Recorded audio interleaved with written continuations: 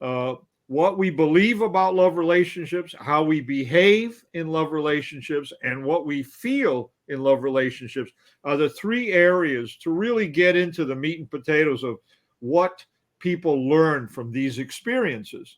For example, if you have unfortunately had an experience of abandonment growing up, and I unfortunately see a number of people who come to treatment in order to get out from under the effects of that experience early in life. Say one or the other parent left before the child was, in need of the parent. So um, what happens is that experience of abandonment can teach people to, in adulthood, find partners who can't commit, find Mm. unavailable partners, find partners who abandon. So what happens when you look at it closely is you discover people have beliefs that support that. Like some people believe all men cheat, all men are dishonest, all men abandon. I mean, these general statements in the back of the mind are important to bring forward because they help the person see, look, how come I believe this? And these beliefs are powerful.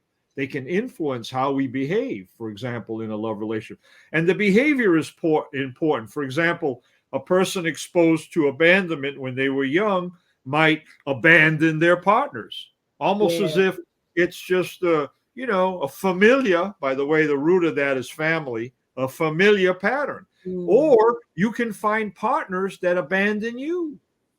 So you're always looking for and ending up, one time I had a funny moment with a patient, a woman in her 50s. It's a long time ago, but I remember it very well. She was done with an alcoholic husband. She divorced two men who had alcohol problems, and she was living as a single woman now in her 50s, getting comfortable with her individuality and so on. And she grew up in a home with an alcoholic father and an alcoholic brother, and these were the type of men she was gravitating towards. So we were trying to fix that, and I had a funny moment with her. I said, if I had a party, not a drop of alcohol, and I invited 50 men and one woman, and you were the only woman, and one of those men was an alcoholic, would you be talking to him by the end of the night? And she started laughing. She goes, I got radar for guys like that. I remember her putting her fingers up like this.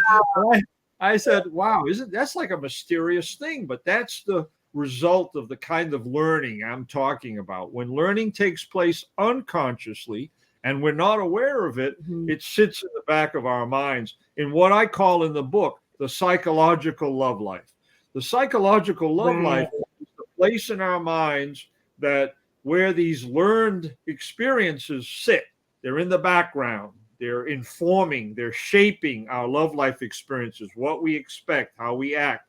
Abandonment, to complete the example, abandonment can create feelings of loss over and over and over and over until people reach, and I talk about this also in the book, a state of resignation, unfortunately. And Mhm. resignation is when Yes. you reach the point where the hell with love, it's too painful, same things.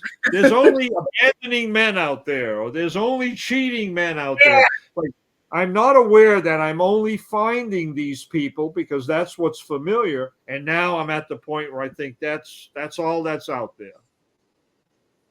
Yeah, so that's what I want to talk about, the psychological love life. So again, you list like the 10 unhealthy love relationships, which you said you added two more. So that's amazing. And you relate them to a feeling. So basically, unconsciously, we're attaching ourselves to feelings that we've learned in our childhood or in our past. So how did you take and associate the feeling with the actual the unhealthy love relationship? Because I think that's the disconnection. People are like, okay, why do I keep being attracted to the same person? You know, Yeah. Well, I think the answer is in the word familiar. Familiarity is a very powerful idea. What that means is that we grow up with something, we witness it. For example, you see the way your patient, not patients, but parents relate to each other. The way they relate to you gives you information about relationships, the way they relate to each other.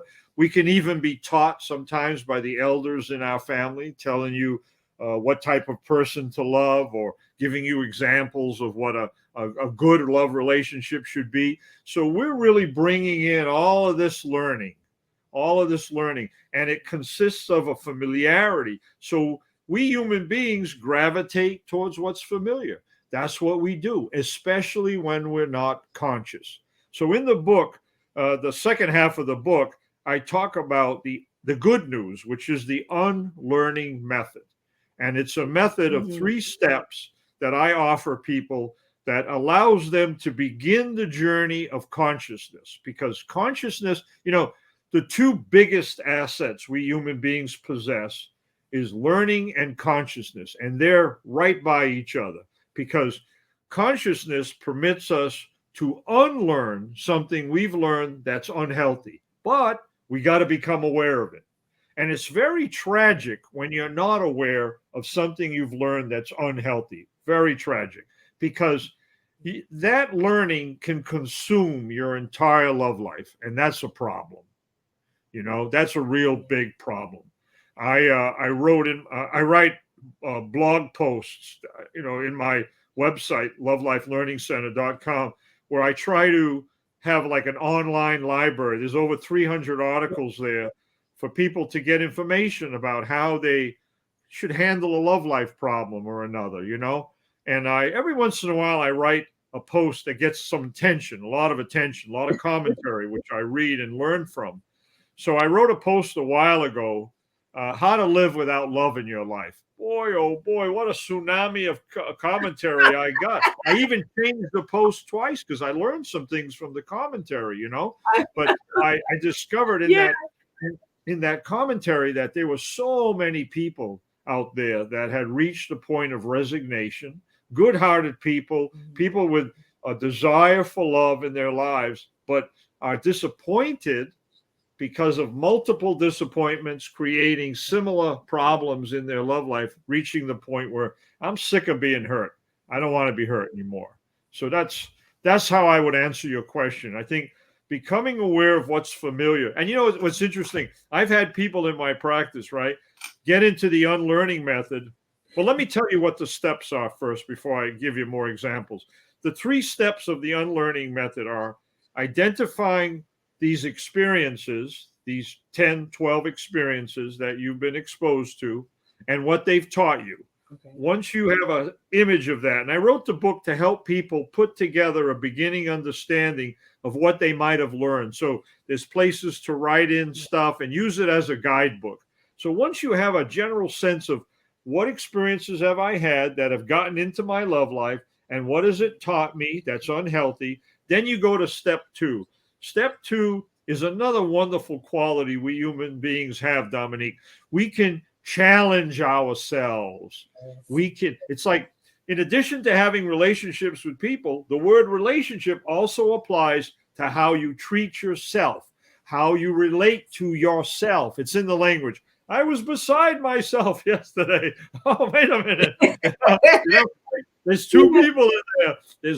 There might be, right. There's part of you that says, no, what I'm doing is unhealthy. And then there's a part of you that's used to doing what's unhealthy and says, no, I want to do the same thing all over and over again. So the part of us that knows something's unhealthy, we have to strengthen that so it can say to the other part, stop. No, I'm not going there. I'm not going toward the same kind of partner that always disappoints me. I'm not going to replicate what I learned in my family, which always ends up badly. I'm going to do something different. Here's a key word. I'm going to do something unfamiliar. Yeah. Unfamiliar. Okay. So people. So I have to. Go ahead. You have a question? No, when you say yes, I do have a question. So I just have to jump in. The thing, like you said, we do go to, even in my own love life, I go to what's familiar, but the thing that's like unfamiliar, I'm like, oh, I don't know about that. Like, let me see what that is. But the thing is, it's like, should I run to that? Or the thing is, you have to be, like you said, self-aware. Right. And yes. So let's talk about the unfamiliar. Once you've challenged yourself and you know what these repeating, replicating patterns are, Right. Your challenge is going to take it out of the closet, make it conscious. You're shining a big light on it, right? That's step 2. Right. Step 3 is the correction. The correction comes when, and I like to use the opposite.